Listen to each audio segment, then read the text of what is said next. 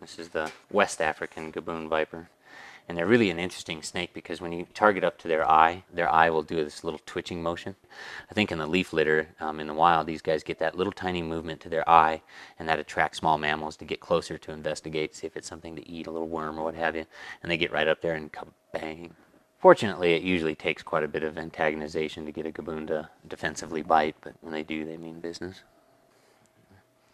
People underestimate their speed and strength, and so this is oftentimes one of the snakes that you see as a beginning captive snake. They look like a big ball python, and people just don't think they can do anything. But until you've seen a Gaboon viper levitate, you've never seen a Gaboon do what they can do. And by levitate, I mean you can have them facing one direction, and before you have even noticed that they moved, they're facing the other way. They just literally flip, and it's not a very good beginner specimen. Anytime I start a new staff member here, I always start with native to the United States species because we can treat those readily here. The best choice if you're living here in the United States, if you're going to start with a venomous snake, you start with something that anti-venom is very easy to come by. Like, you know, the North American snakes, Copperheads, water moccasins, any of the rattlesnakes and such. That's perhaps the best place to start. What's a good starter venomous snake?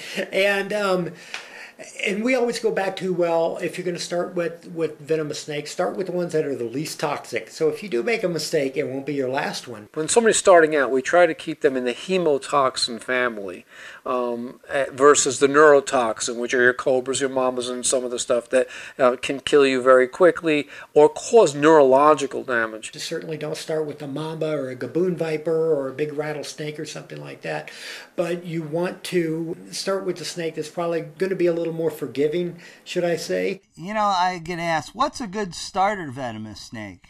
You know, and my answer is generally somebody else's. The natural progression, I think, is to work around these snakes with a mentor, with an advisor, and then slowly acclimate yourself into some of the less lethal species, your copperheads, your mangrove snakes. In Australia, people's starter venomous snake is generally, you know, like a red-bellied black snake, Pseudechis species, and, you know, we have Copperheads here that we recommend. Copperheads are probably the snake that everybody goes, this is your first starter snake.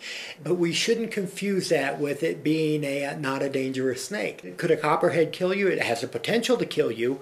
It probably won't, but there's nothing cool about missing a finger, about being disfigured, about being broke, brain damage, any of these things that this snake is capable of. So you always have to remember that hot is hot. I guess the better answer to that is it doesn't really matter, you know, to a great extent what you start with, but it's the mentor that really gels the danger involved as well as the skill set that you need. You really need to make sure that you get somebody that knows what they're doing to help you out and get you started.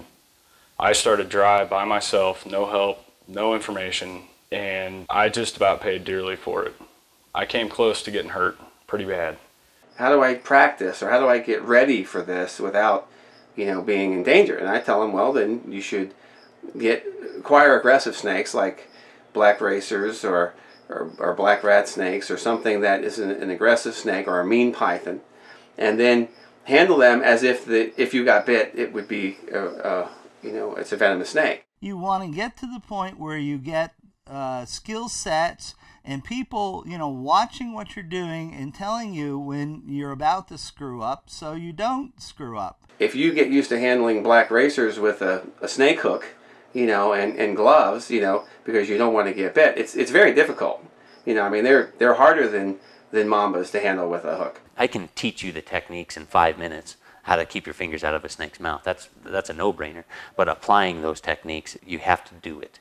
And the only way that you can learn with venomous snakes is through exposure. You have to learn from somebody that's been there, done that, learn the hard way. And you have to be choosy, because there's a lot of people that I wouldn't want to learn from. Working with someone who can show you these little traits that the different snakes have. Never grab this snake, do this. Don't come in from above on this snake, he doesn't like it. And that way somebody can watch you working these snakes and, oh, never move your hook that way. You're going to drop the snake back on yourself. I start off with a prairie rattlesnake. They're a medium-sized rattlesnake. rattlesnake. They have a bad disposition for the most part. Relatively toxic venom for a rattlesnake, and lots of volume. And so they give a staff member a good exposure to rattlesnakes. You work with those, you know, safely, consistently, and you learn the basic husbandry techniques that keep you safe.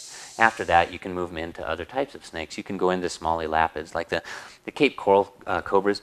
They're a perfect elapid. After people have the basic safety protocols in place, that's a great snake to work with if you want to work with elapids.